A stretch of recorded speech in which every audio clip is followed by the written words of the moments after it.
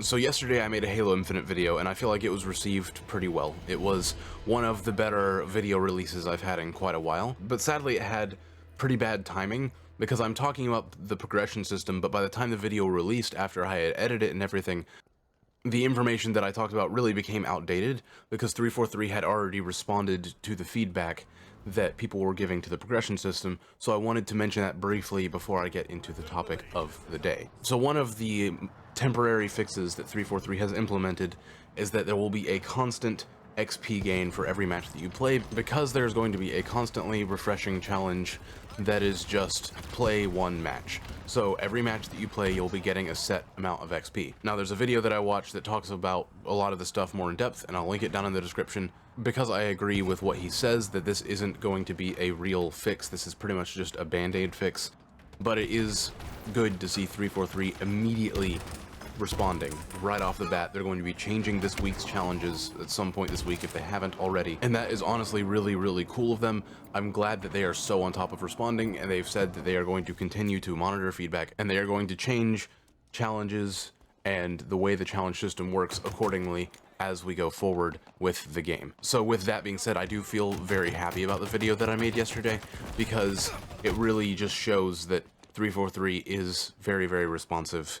And I was very right to say yesterday that we just have to stand our ground and 343 will come to us. It feels really good to make a video like I did yesterday, where I felt like I was able to say with confidence that I knew 343 would give us what we wanted, because their communication has been so good over the past few years. It's just very satisfying to see this happening with this game. Okay, so now I'm going to move on to today's topic for the video. So there are a lot of deeper gameplay mechanics that I don't feel equipped to talk about right now, because I just haven't played the game enough, and I'm not experienced enough in general with talking about that kind of thing. But I do want to talk about the skill barrier, because I feel like it's less of a deep topic for me to talk about, and it's something that I do feel like I have enough experience to at least start a conversation about. Every game has a skill barrier, and that's just a fact. Basically, the people who are better at the game are going to perform better than those who aren't. But it is important for a game to have well-done skill barriers, where you have areas of the game where casual players can enjoy without having to deal with playing against competitive players who are going to kick their butt all the time. I'm talking about PvP, of course. And I personally think that Halo Infinite has as close to perfect skill barriers as I've ever seen. So, of course, there is Bot Bootcamp, and that's going to allow beginner players to jump into the game and have fun. It's not PvP, though, so I'm not going to talk about it much, but it's basically just a very introductory matchmaking area of the multiplayer, and I do think that it definitely serves a purpose in that people can go into bot matches just expecting to have a good time, casually playing and also dominating the other team if that's what they want to do, and very beginner players can jump into bot matches to learn the game without getting their butt completely handed to them on a silver platter. But moving up from there, I think, is Big Team Battle. Now, Big Team Battle is, by my opinion, awesome. It's really great for casual play, and I'm really enjoying it right now because I'm not good at the game yet. Because it's a 12v12, there's a lot less personal responsibility in a match like that, so you can kind of just mess around and have fun and not worry about causing too much detriment to your team, especially since the other team has players that are doing the same thing. It's just a lot of fun to just go in and not really worry about winning. The matches also last longer, which also encourages more fun in an individual match of being able to do things that you want to do. There's vehicles all over the place. It's just really fun to have that very casual enjoying a match experience with playing Big Team Battle. Now, I'm not saying that Big Team Battle can't be competitive. It definitely can be, but I'm just saying that it is very casual player friendly, and I think that's just kind of a natural thing that happens with the game mode Big Team Battle, and I am very happy about that. It is very fun, very good to get into. If you're looking for some casual fun, definitely go for Big Team Battle. Now next we've got Quick Play, which is a bit more of a wild card, because I would say that in Quick Play you are going to encounter some players who are beginners, who are looking to play some more involved PvP, but are also not good at the game yet. So if you are moderately experienced like me, you will be clobbering them. But you're also going to find matches where you have people who are basically taking a break from ranked.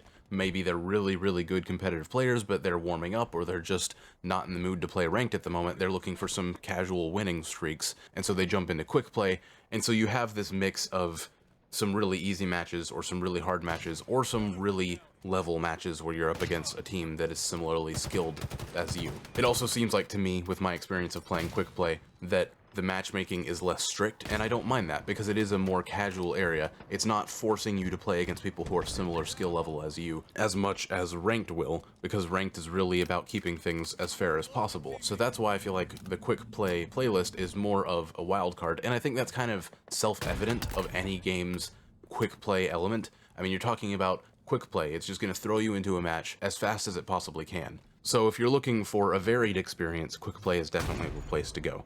Now we'll talk about ranked though. Ranked is where the skill barrier really shows up, because I feel like most people can play these three and get some enjoyment out of it. Now ranked, I am not implying that you cannot get enjoyment out of ranked, but the thing about ranked is that there is a definite skill barrier. And one of the reasons for this is that you are forced to spawn in with only a precision weapon, only the battle rifle. Now there are other pickupables on the map, yes, but if you can't use a precision weapon, you are not going to do as good in ranked. Now I know that seems like it's kind of forcing a certain type of playstyle, and I guess to a certain extent it is, but I personally enjoy it because I don't see it as much as it forcing a specific playstyle as it is forcing more skilled playstyles. Because in general, using a precision weapon is harder than using an auto rifle. You can't spray and pray, you cannot expect to hit people all the time if you can't really lock on your reticle when you pull that trigger. And I am by no means really good at that yet, because I haven't played a competitive multiplayer in almost 2 years. But I'm still enjoying the crap out of playing ranked, even though I lose most of my matches because I haven't reached that skill barrier yet. I'm not good enough to perform really well in ranked yet. But that being said, in an individual one-on-one firefight, when I'm doing well for myself, I feel like most of the people that I play against, I can win. If I lose the shootout, it's because I did something wrong and I know exactly what that was. And basically my point is with that is that this game is selecting people who are of similar skill levels to me, which to me says ranked has a very good matchmaking system and it is incredibly fair. But of course it is very important to keep in mind that there is a skill barrier with ranked, and you're not going to be able to enjoy ranked as much if you don't come prepared for that, if you're not ready to play competitive matches. So now that I've talked about all 4 of the game modes, I want to say why I think this is so good. So these 4 playlists that they have, the way they've arranged them, I would say they are incredibly well done because they have great separation between the different types of players, the people who are more or less skilled or who are trying to get better by playing ranked but aren't necessarily very skilled, like me, or who are just looking to play casually like I've also been doing, who aren't as good or who are really good. They have pretty much something to satisfy all of those people, and you're not going to be forced into an arena that you're not prepared for. You can click on ranked, yes, but you know what you're in for. But if you click on big team battle and you're just looking for a casual match, I would almost guarantee you, unless there's just something wrong with that match in particular, you will be satisfied. So this game has divvied up its skill barriers very well. Now there's one more thing I would like to add to why this game's skill barrier works so well, and a part of it has to do with the incredible balance of the sandbox. So to compare it to Halo 5, one of the biggest issues with Halo 5's skill barrier is that precision weapons seemed very superior in that game. If you were using, say, an assault rifle and you were fighting someone who was using a magnum or a battle rifle, every single time, if all of you hit every single shot and you started firing at the same time, the precision weapon would always win. It feels like precision weapons had more damage per second, basically, and that created an even larger divide between the competitive and the casual players, because you had that also combined with the advanced movement, making things like strafing and dodging more of a thing that required skill to be able to do, and familiarity with the specific game of Halo 5.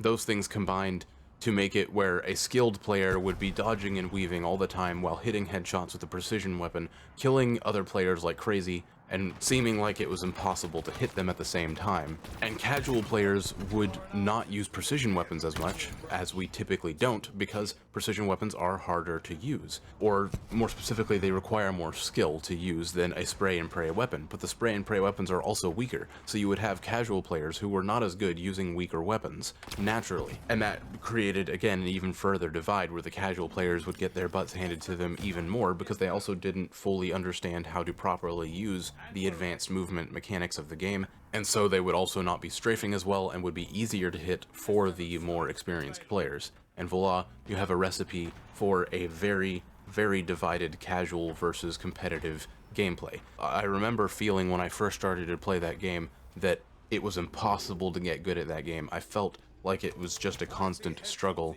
because there were so many people out there who were just so much better and the skill barrier was so big. Halo Infinite does not make me feel like that. I feel like there's always a matchmaking system that I can go to where I feel like I am capable of affecting a match and actually doing good for myself, even if I know I'm having a bad match, or I'm not performing at the top of my game, or I'm just not good at the game yet. Regardless of any of those factors, I still feel like I can step down from ranked, go play a big team battle, and make myself feel like I made a difference in that match. What I did was important because that's closer to the actual skill level that I'm at. But then I can jump back into ranked and be losing a lot, but also feel like I'm still affecting the matches and like I'm getting better at the game. And I have been getting better, and I've been winning more ranked matches ever so slowly as I continue to play, because I feel like the game is very friendly to you playing the game, having fun, and developing skills and getting better at it.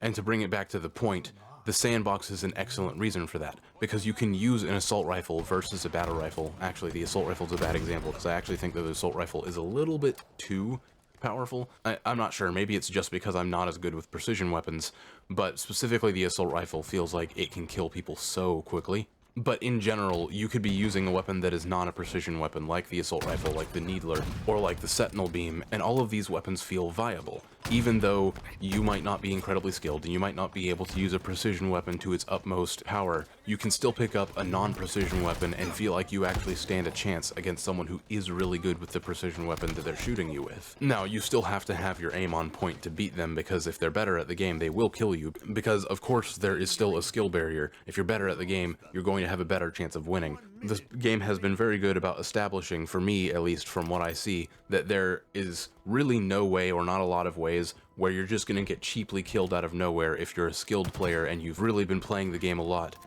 There's not going to be a lot of scenarios where an unskilled player can just come up and kill you really easily, unless you make a mistake, like let them get behind you and smack you in the back.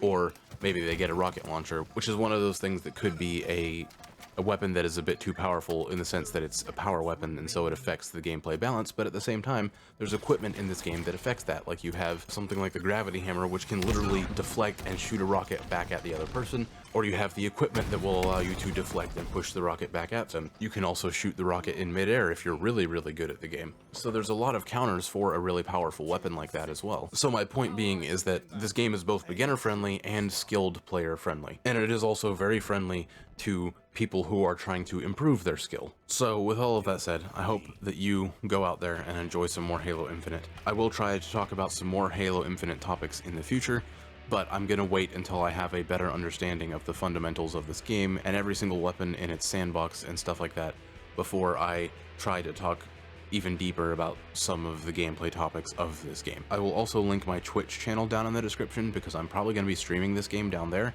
I'm very excited to do that, actually. You probably won't see a lot of Halo videos on this channel unless it's a review or some type of conversation video like this. My actual gameplay content is mostly going to be via live streams over on Twitch or on YouTube when I'm doing something else at the same time, like say a charity event, which I will be doing, by the way. If you would like to join in the conversation, please do down in the comments below. I would love to hear your thoughts on the things that I've said in this video, or things that you would like to add to the topic. Thank you so much for watching, and I will catch you in the next one.